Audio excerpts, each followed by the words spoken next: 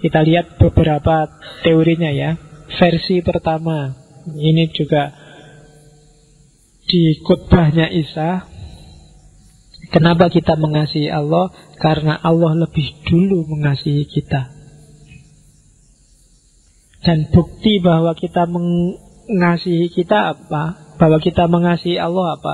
Jika seorang berkata, aku mengasihi Allah, dan ia membenci saudaranya, maka ia adalah pendusta. Kalau kamu ngaku cinta pada Allah tapi bikin susah orang lain, tapi kamu masih membenci orang lain, dalam dirimu masih ada benci pada sesuatu, katanya Isa, kamu pendusta. Tidak mungkin. Kenapa? Karena barang siapa yang masih punya benci, barang siapa yang tidak mengasihi saudara yang bisa dilihatnya, tidak mungkin mengasihi Allah yang tidak dilihatnya. Wong kamu mencintai yang lain dan mencintai Allah, itu sudah susah luar biasa, apalagi membenci yang lain dan mencintai Allah. Karena Allah lebih susah untuk dicintai, karena tidak kelihatan. Kalau terhadap yang kelihatan aja kamu tidak bisa jatuh cinta, apalagi terhadap yang tidak kelihatan. Kalau sama orang lain kamu masih suka ngamuk, suka mencela, suka mencaci, mengkafirkan, menyesatkan, memurtadkan, berarti ada kebencian dalam dirimu. Pasti relasimu sama Allah bukan cinta. Itu penjelasannya bisa panjang, tapi cukup kamu ingat, semakin banyak kebencian dalam dirimu, sebenarnya semakin jauh kamu dari Allah dan dari cintanya. Itu teori yang pertama. Jadi patokan pertama, sejauh apa cinta dan kasihmu pada Allah, itu bisa diukur dari sejauh mana masih ada kebencian dalam batinmu terhadap apa saja. Jadi itu rumus pertama. Rumus kedua, ini kayak pelajaran filsafat cinta tapi dari tradisi Kristen. Tidak apa-apa, nanti next time kita cari tradisi yang lain. Mungkin nanti ada sesi filsafat cinta, atau setelah filsafat cinta selesai kita tambah lagi satu sesi filsafat seks. Ada, saya kemarin baru dapat buku Philosophy of Pornography. Bukunya tebal sekian. Tidak ada gambarnya, kamu mesti nggak suka. Ya, bayanganmu kan kalau filosofi pornografi terus ono gambari, kamu kan ngincer gambari, tidak ada. Ya, yang ada gambarnya dijual terpisah. Oke. Yo, harganya beda. Oke. Teori kedua, kamu telah mendengar firman mata ganti mata dan gigi ganti gigi. Tetapi aku berkata padamu, janganlah kamu melawan orang yang berbuat jahat kepadamu. Ini yang paling terkenal. Melainkan siapapun yang menampar pipi kananmu, berilah juga kepadanya pipi kirimu. Dan kepada orang yang hendak mengadukan engkau karena mengingini bajumu, serahkanlah juga jubahmu. Dan siapapun yang memaksa engkau berjalan sejauh 1 mil, berjalanlah bersama dia sejauh 2 mil. Berilah kepada orang yang meminta kepadamu, dan janganlah menolak orang yang mau meminjam daripadamu. Ini teori, kalau kamu baca literal seolah-olah konyol, tapi padahal tidak. Jadi ini sebenarnya sebuah metafor yang luar biasa. Maknanya yang pertama adalah jangan menyimpan dendam dan balas dendam dalam batinmu. Karena begitu ada dendam, di situ pasti ada kebencian. Begitu ada kebencian, kamu kehilangan cinta dan kasih.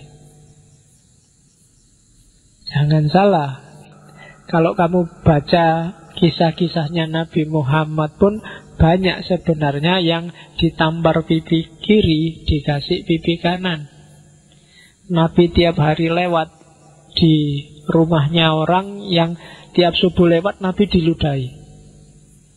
Itu kan luar biasa. Kalau mata balas mata, gigi balas gigi, harusnya Nabi Muhammad datang ke rumahnya, tak balas genti cuh gitu. Tapi kan enggak. Nabi sabar, diludahi ya diusap, nanti di masjid wudu dibersihkan lagi. Terus sampai satu ketika tidak ada yang ngeludahi. Nabi berhenti, kaget. Loh kok tidak diludahi? Ini langganannya kemana biasanya ngeludahi? Ya kan? Loh malah nunggu, itu kan ditampar pipi kiri, kasihkan pipi kanan. Tapi terus ditanya, kemana sih si fulan yang biasa ngeludahi saya? Oh sekarang sakit Nabi. Dan Nabi orang pertama yang menjenguk. Oh itu kan pipi kanan ditampar dikasih pipi kiri. Dan dengan gaya inilah Islam sukses. Dengan gaya itulah dulu Isa sukses. Kalau selalu mata ganti mata, gigi ganti gigi, dunia ini rusak. Kenapa Imam Samudra ngebom? Itu mata ganti mata, gigi jadi ganti gigi. Dia melihat penderitaan di Palestina, bagaimana orang-orang Palestina dibantai, sebagai gantinya sekarang orang bule, sekarang tak bunuhin semua. Itu mata ganti mata, gigi ganti gigi. Kalau peradaban manusia dibangun dengan basis ini, ya dunia rusak. Tidak naik kelas kita. Sebenarnya adil itu memang boleh. Kamu dicolok matamu, kamu balas nyolok matanya, itu sah imbas. Tapi nilainya 0. Kalau sepak bola seri, tidak ada yang menang, tidak ada yang kalah. Kalau seri, derajatmu sama dengan derajatnya yang tadi nyolok. Kalau kamu ditampar pipi kiri dan balas nampar pipi kirinya dia, skornya seri. Kamu tidak lebih baik dari dia, podo wae. Jadi filosofinya di situ. Apa ndak boleh Pak saya balas? Ya boleh. Ya memang hakmu mata ganti mata. Tapi ketika kamu balas, ya berarti makommu sama dia sekarang sama. Dan agama kan tidak ingin manusia itu stuck levelnya nggak naik-naik. Naiknya level ada dikasih. Kalau kamu dicurangi, jangan balas mencurangi. Kalau kamu dicurangi, balas mencurangi, ya levelmu bodoh, sama-sama ahli curang semua. Kalau kamu maling, dimaling terus kamu juga maling, bodoh malingnya. Kamu kehilangan sandal habis Jumatan terus kamu ngambil sandalnya orang lain, itu kan karena kamu dimaling, maka sekarang kamu maling. Kan gitu. Sah no Pak, saya kehilangan sandal, sekarang dapat sandal 1. Nah itu berarti podo malingnya. Ya kan, harusnya kalau kamu kehilangan sandal 1, sandal yang satunya lagi kamu buang. Itu kan kayak ceritanya Gandhi itu kan, waktu dia mau naik kereta karena kesusu, sandalnya yang satu ketinggalan di bawah, keretanya jalan. Terus sepatunya yang satu dicopot, dilemparkan ke sana. Ketika ditanya orang, loh kok malah sampean buang dua-duanya? Ya kasihan, nanti yang nemu cuma sebelah kan tidak enak, tidak bisa dipakai. Biar manfaat temuannya, ya dua-duanya harus dikasih. Nah, itu teori kedua. Ya memang berat dilaksanakan kayak gini, tapi kalau makommu pengen naik, levelmu pengen naik sebagai manusia, harus dicoba. Dan Nabi kan banyak sekali hadis yang mengisyaratkan semacam ini, dan Nabi juga banyak mencontohkan semacam ini. Kalau mata balas mata, gigi balas gigi, begitu Fathul Mekah, yang dibunuh pertama adalah Abu Sufyan. Tapi kan enggak, Nabi malah bilang, barang siapa berlindung di rumahnya Abu Sufyan, dia termasuk yang selamat, terlindungi. Oh itu ditampar pipi kiri, dibalas dikasih pipi kanan. Oke. Jadi itu teori kasih yang kedua. Teori kasih yang ketiga, kamu telah mendengar firman, kasihilah sesamamu manusia dan bencilah musuhmu. Tetapi aku berkata padamu, kasihilah musuhmu dan berdoalah bagi mereka yang menganiaya kamu. Karena dengan demikian kamu mengikuti Tuhanmu yang menerbitkan matahari bagi orang jahat dan orang baik, dan menurunkan hujan bagi orang yang benar dan orang yang tidak benar. Apabila kamu mengasihi orang yang mengasihi kamu, apakah terus upahmu, pahalamu apa? Bukankah pemungut cukai juga berbuat demikian? Apabila kamu hanya memberi salam pada saudara-saudaramu saja, apakah lebihnya dari perbuatan orang lain? Bukankah orang yang tidak mengenal Allah pun berbuat demikian? Jadi kalau kamu hanya sayang pada orang yang sayang padamu, bedanya apa kamu dengan orang lain? Bedanya apa dengan tukang pajak? Bedanya apa dengan orang dagang? Jadi kasihilah semua orang, zaliman au mazluman. Dia yang mendukungmu atau menyusahkanmu. Bagi orang yang mendukungmu, berterima kasihlah. Bagi orang yang menyusahkanmu, kasihilah dan berdoalah, biar mereka jadi beres. Kayak Nabi Muhammad waktu dilempari, waktu di Taif, Jibril aja sampai tersinggung, sampai datang ke Nabi. Nabi, kalau mau tak balik sekarang tanah Taif, orang yang di atas bumi semua akan ada di bawah bumi detik ini juga. Itu kalau kalian kan pasti sip itu, tambah lagi iya kan? Diajar aja satu-satu, itu. Cuma kan karena Nabi kan tidak begitu. Jadi pokoknya sikat aja. Nggak. Jadi dikasih semua. Kalau belum sadar ya didoakan biar sadar. Kalau kamu diserbu dan kamu nyerbu mereka, podo wae. Kalau kamu dikecewakan dan kamu balas mengecewakan mereka, sama saja. Levelmu sama saja. Makanya kalau kamu hanya menyukai dan mengasihi orang yang mengasihi kamu, terus upahmu apa? Pahalamu di mana? Tidak ada. Wong memang orang itu berbuat baik padamu dan kamu berbuat baik padanya. Nggak ada kelebihan apapun. Kelebihan itu orang yang tidak suka padamu berbuat jahat padamu dan kamu tetap berbuat baik padanya. Baru disebut kamu lebih utama dari dia. Kamu punya pahala lebih dari dia, itu baru kamu lebih. Tapi kalau hanya balas-membalas selevel, ya kamu tidak beda sama mereka. Oke. Teori yang keempat, jangan kamu menghakimi supaya kamu tidak dihakimi. Karena dengan penghakiman yang kamu pakai untuk menghakimi, kamu akan dihakimi. Dan ukuran yang kamu pakai untuk mengukur akan diukurkan padamu. Mengapa engkau melihat duri di mata saudaramu, sedangkan balok di dalam matamu tidak engkau ketahui? Bagaimana engkau dapat berkata kepada saudaramu, biarlah aku mengeluarkan duri itu dari matamu, padahal ada balok dalam matamu? Hai orang munafik, keluarkanlah dahulu balok dari matamu, maka engkau akan melihat dengan jelas untuk bisa mengeluarkan duri dari mata saudaramu. Bisa dipahami ya. Jangan sok menghakimi, menyalah-nyalahkan orang, mensesat-sesatkan orang. Kan sekarang banyak mengkafir-kafirkan orang, memurtad-murtadkan orang. Karena mungkin besok dengan standar yang sama kamu akan dibalas, dikafirkan, disesatkan, dimurtadkan.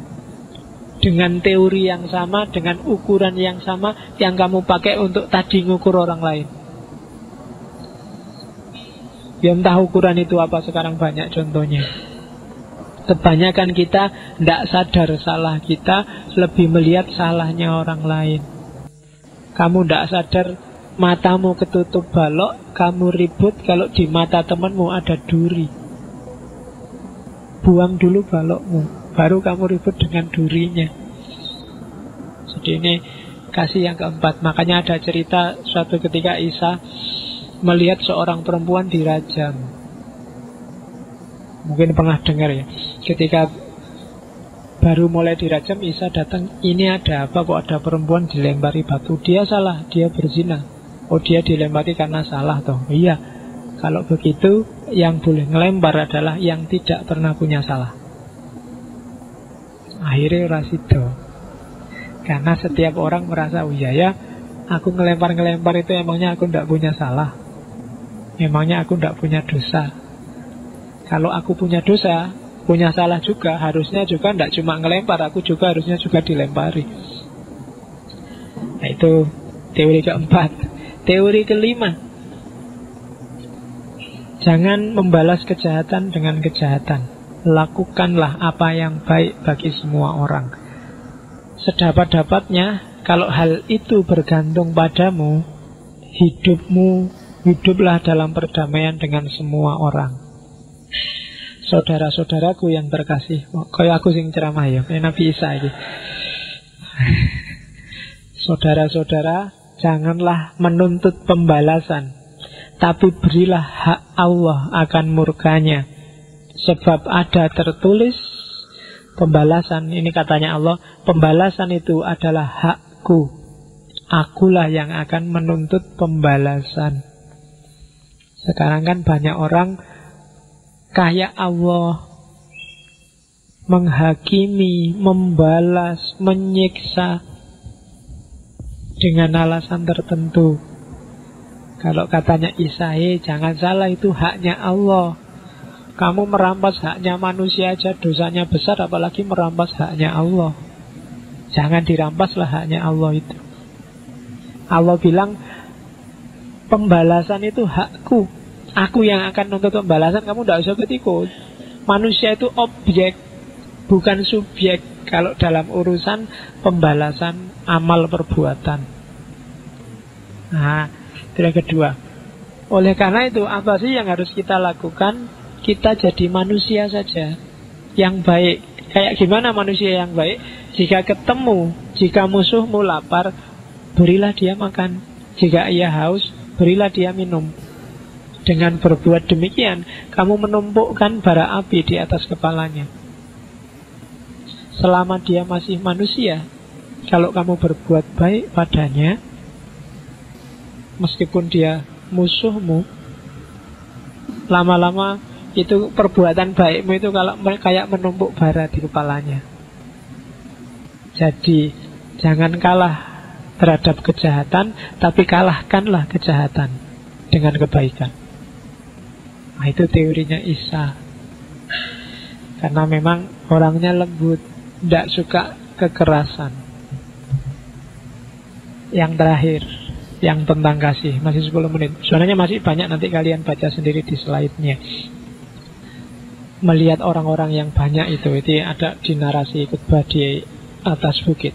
Tergeraklah hati Isa oleh belas kasihan kepada mereka, karena mereka lelah dan terlantar seperti domba yang tidak bergembala. Teori domba dan gembala ini sangat terkenal kalau dalam tradisi Kristiani. Jadi kalau ada orang tersesat, anggaplah dia domba yang tersesat. Domba yang tersesat itu apa? Ya diselamatin, dikumpulin lagi sama kelompok domba yang tidak sesat. Hari ini kamu kalau ada yang sesat, kamu marah-marahi, kamu caci maki, kamu pukuli, kamu serbu, ya dia tidak jadi selamat. Sesat itu kan kesasar. Orang kesasar, arahkan ke jalan yang tidak nyasar. Kan itu aja teorinya.